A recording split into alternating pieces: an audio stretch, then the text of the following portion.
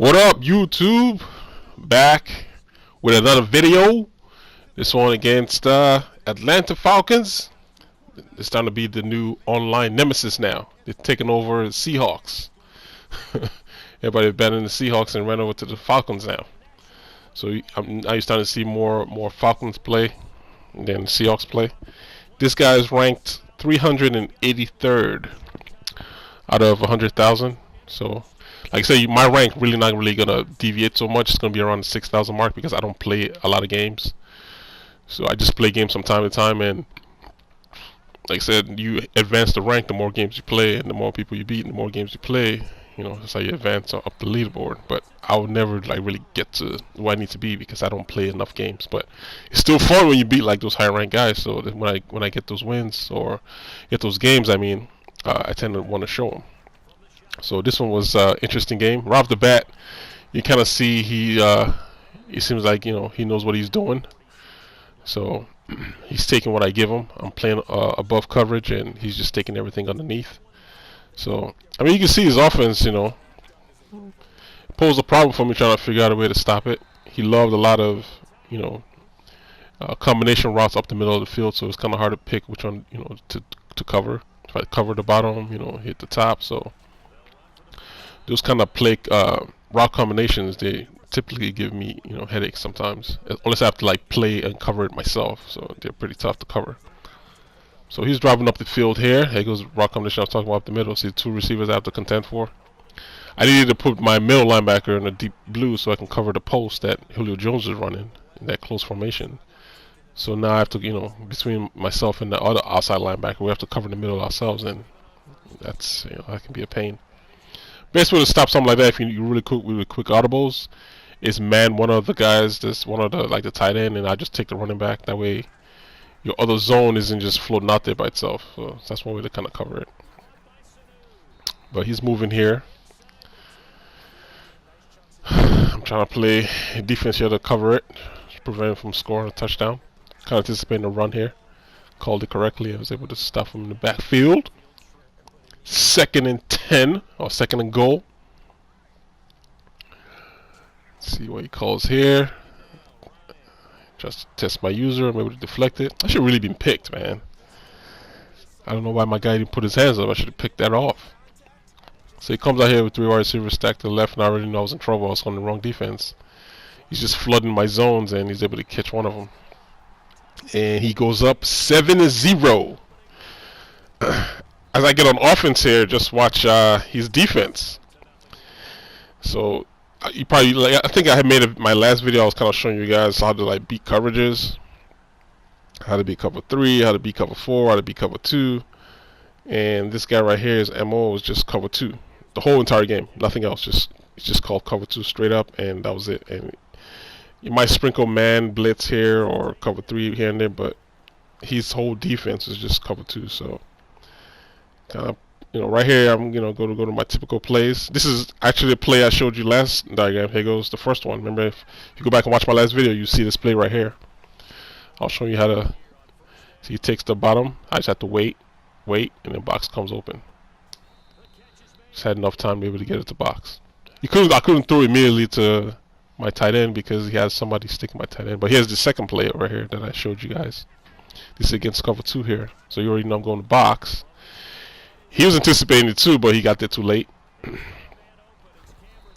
But as he jumped up to go cover box, like triangle would have been open in the drag down the middle. So I think he was kind of baiting me to throw it, but I was able to still get it in there.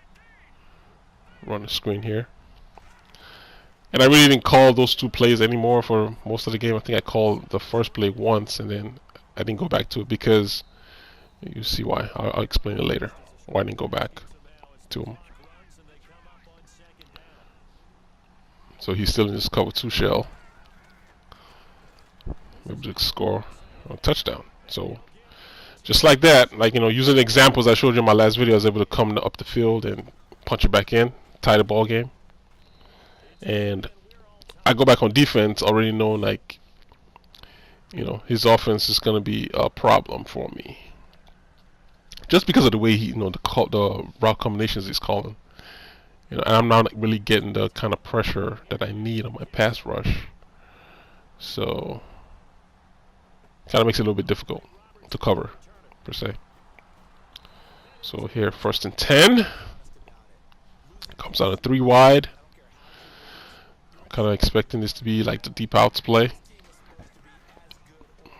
It's a different variation. So he's reading my defense pretty well. He already knows like where he needs to go. So he's taking what I give him. He's not letting a lot of stuff develop downfield. If I show that I'm taking the top off, he just goes to his running back. So you know, it's good play recognition on his part. There goes his close formations again. So I got to contend with run back coming out the backfield and Julio Jones running the post, and then you got the receivers on the right doing that combination I was telling you about. There goes the combination. So that's 1, that's 2. I was able to get a pass rush this time.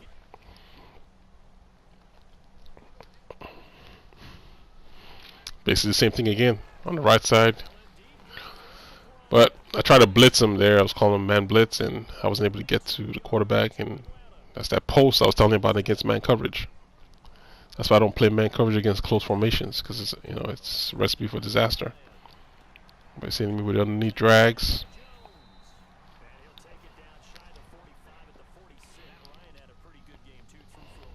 There goes Julio Jones again. I gotta always worry about the post up the middle. That's why I got that blue zone there. But then on the right side, they're running this combination over here. Watch the combination between 87 and number 12, Sanu. There goes the bottom. There goes the top. So I gotta choose which one do I want. See what I mean? That's the headache. But like I said, there's a way to stop it. It's just I'm too lazy. I don't want to go learn the controls for putting one of your linebackers into man coverage, because that would help me out. I need to learn it. But that's the way you really cover it. Just I don't like doing all the button mashing but that's how you cover it though. I guess he's running it again. A double combination, top and bottom on the right side. But yeah, you just put one of your linebackers in the man coverage and then you take the other guy personally. And that's how you take it away. And of course leave the blue zone up the middle to take away any post routes coming up the middle of the field. So here I'm just kind of blitz, hoping like the blitz get to the quarterback. But then he just throws it to his running back. So he knew what he was doing, so I got to give him credit for that. So giving my defense a headache, but nonetheless, you know, he can keep driving in, and like I said, I just slowly bring him into the red zone, and then you know, a lot of those combination routes he was running, it's not going to really be there because it's a smaller field to really try to run those in. So I can take the punishment here and just keep letting him do what he's doing, and bring him into the red zone. Runs the ball here, gets a couple of yards.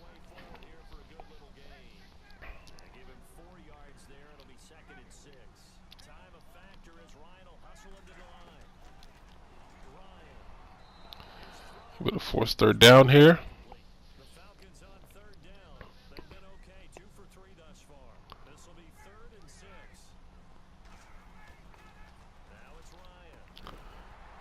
Ooh, better knock it down. I figured we'd take the field goal, but he's going for it on 4th down.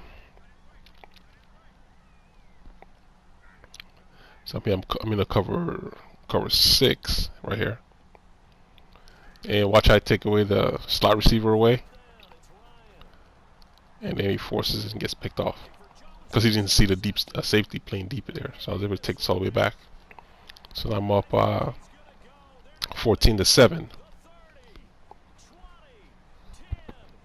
Best way to like to do it. If you haven't struggling like that, and you know you don't want to learn the button controls like I don't want to learn button controls, then you know you just keep letting him drive down and bring him to the red zone, and then make it difficult for him to score a touchdown. But yeah, I really do need to go learn them though. Learn how to do the quick audibles, so I can like transition some of my zones into man coverages. It'll help me like a lot, but I'm just being lazy about it. Like I said, I don't play that many games, so it's just whenever I play games, and if the games is interesting, I'll post them so you can see. But let's see. But I'll learn them. I'll learn them eventually. He's back on his close again. Trying to blitz him here. This is when I realized like I can't do some of the defense I was doing before because he can recognize what I'm doing. So now I'm just playing more conservative. I'm gonna give him what I'm gonna take away on the field. I'll take away and then force him to make reads then. So he's able to make correct reads here. I should have put my outside linebackers in claw flats so they can get out there to the sidelines. But he's able to take 3 points back here and make it a 14-10 game. Going to the third quarter, I get the ball back. Now, here's what I was talking about earlier when I said I went away from those plays I previewed in my play design video. It's because, like I said, he ran cover 2 the whole game. So I figured, well, cover 2 is not a run stopper. It's a pass defense. So I'm just gonna come on, 3 wide receiver set and just run the ball. Because he's not gonna be able to stop it. I'm gonna just eat up clock and then just keep running the ball over and over and over again. Figure he would change out of it, but he's just one of those players, man. He's just stubborn. If I give him 15, 10, 8 yards, he wasn't budging. He was going to stick in his defense the whole game. So this is what I did the whole third quarter. So you're going to see me just run stretch plays all third quarter because he's in his defense. He doesn't want to come out of his defense. And I don't want to risk an interception. So I'm not saying I can't pass against it. And of course, I'm still trying to control the clock as well.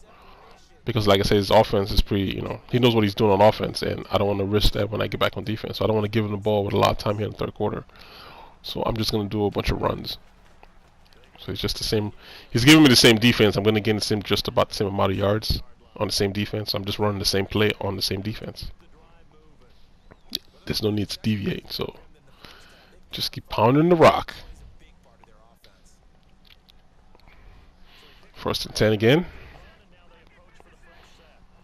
Back to 3 wide. He's in cover 2 still. Let's run it again.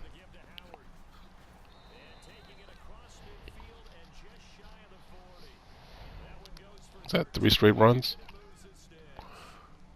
And I'm trying to vary it too. I'm still running the ball, but I'm trying to call it from different formations. Trying to see if he can if he'll adjust at least. He's not budging. Cover 2 again. Yep, he's in cover 2 again. So I'm just gonna run it again. There goes the overcommits. I cut it back inside. I think I showed you guys a video past me. If your linebacker overcommits and just like I said, don't hit the sprint button. Just let him run outside and then just cut back in when they overcommit. They lose contain and just cut it back into the space they're giving you. If any logical person right now would be thinking, like, I need to stop his run, I need to do something else, but not this guy. I think he's run this defense so much, and there's been so many people using the same thing that he just figures, well, I'll just keep doing, keep playing the same defense. He's still in cover 2 still. I'm just gonna run it again.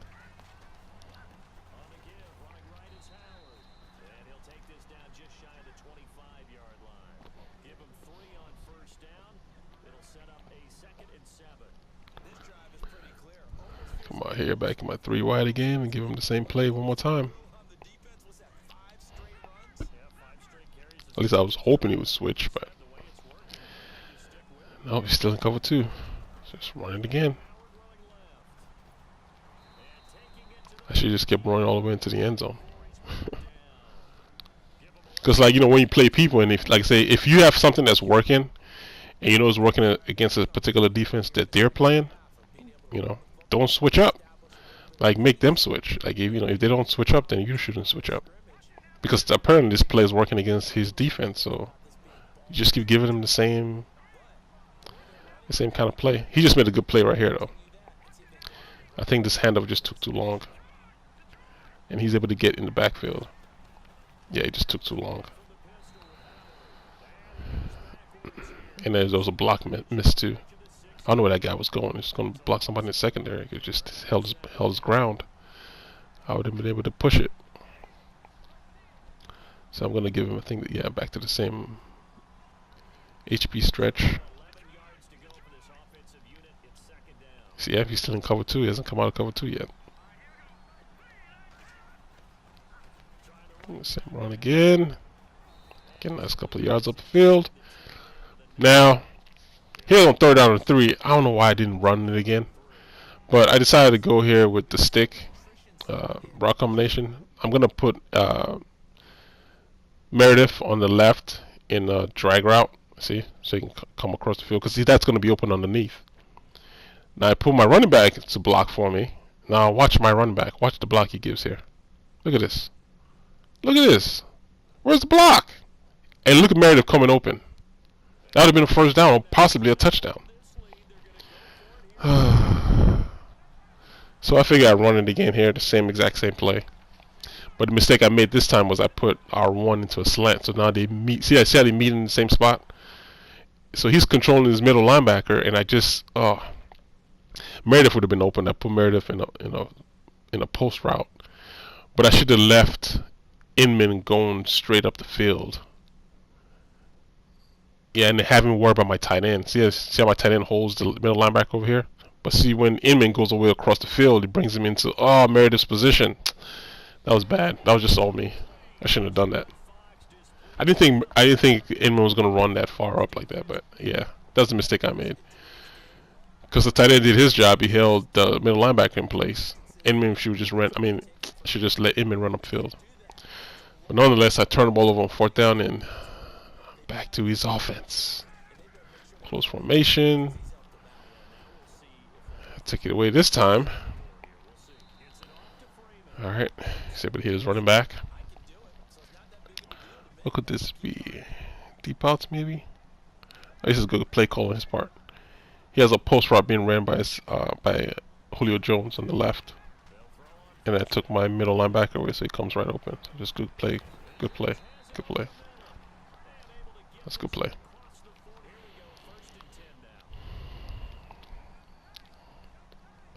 So I'm playing cover 2 because of the offense he's in. To worry about his running back out the backfield and this double combination over here again that he keeps hitting me with all day. I think probably after this gameplay I'm definitely going to go and practice more and learn how to do quick audibles, because those double combinations, they're killing me. Because I can only like cover one player at a time, and when you run like high lows like that on the right side, I can only take one of them. So what if I take one, he just waits for me to pick a receiver I'm going to take, and he just passes the other receiver. So he's moving the ball here, doing check downs, and running this double combination. See 81 and 80 over here, you got to worry about. He's running the ball this time and able to stuff it in the backfield. Good job, Trevathan. 2nd and 12. See, I'm using Amukamara over here because I'm expecting there goes a double combination. I take the bottom, almost picked it off. I was kind of expecting something, so I was trying to manually take it away myself. So right here, I take away this deep post over here away from Julio Jones, and Lloyd's able to make a play. Good job, Floyd. He's able to pick him off. So I'm deciding to go back to what I was doing in the 3rd quarter, which is run the ball, because he's still in cover 2. So here we go. Does a better job this time of avoiding number 71. I don't know where number 71 is going. That was your block you just missed. So I'm running it again. Here it again. Get a nice amount of yards. 3rd down and 3. Same thing again over here. I'm trying to run a screen, but he did a run commit. And when he did the run commit, I didn't recognize it like I did my previous video where I was able to hit him deep. Look at box, wide open. And he run committed and was able to sack me because I was running a screen. If I was running a regular pass play, I would have got him, but you know, just bad decision making right there. You know, you're gonna have it in every football game. You're gonna make bad decisions. That was a bad decision on my part. So he's able to get the sack. I don't want to risk anything here, so I'm just gonna punt it away, and hopefully I can stop his route combinations he's been killing me with. Yeah, I guess you could say laziness almost, you know, it's probably cost me this game right here, because I don't want to learn how to quick audible on defense. So I'm trying to cover the middle and is able to gash me for a touchdown. Like, man, I've been trying to take that deep post away all game. The one time I decided not to put a deep blue down the middle, and he's able to shred my throw in between my safeties and score. And that's what I was trying to prevent actually the whole entire game. I was trying to prevent that. I was waiting for the deep post. So the first time I didn't do it, and he's able to hit me upfield. So now I have 1 minute and 22 seconds here. 3 timeouts to try to score. But the mistake I made was I hit the button true clock on when I after the interception, and I forgot to take it off. So it's still on right now, and I don't know that it's still on. So snap the ball here. Take some of that, pass it over to him. I get knocked out of bounds. Play clock stops. All right, it's a minute and 16. Call next play. I'll block my tight end in. Put him in on a zigzag route so I can hold that cornerback on the left because I'm going to go in the box. Look at my tight end. Look at my tight end. Oh, boy. So I get sacked because I'm outside the pocket. And like I said, I didn't look at the true clock. I look at the time now.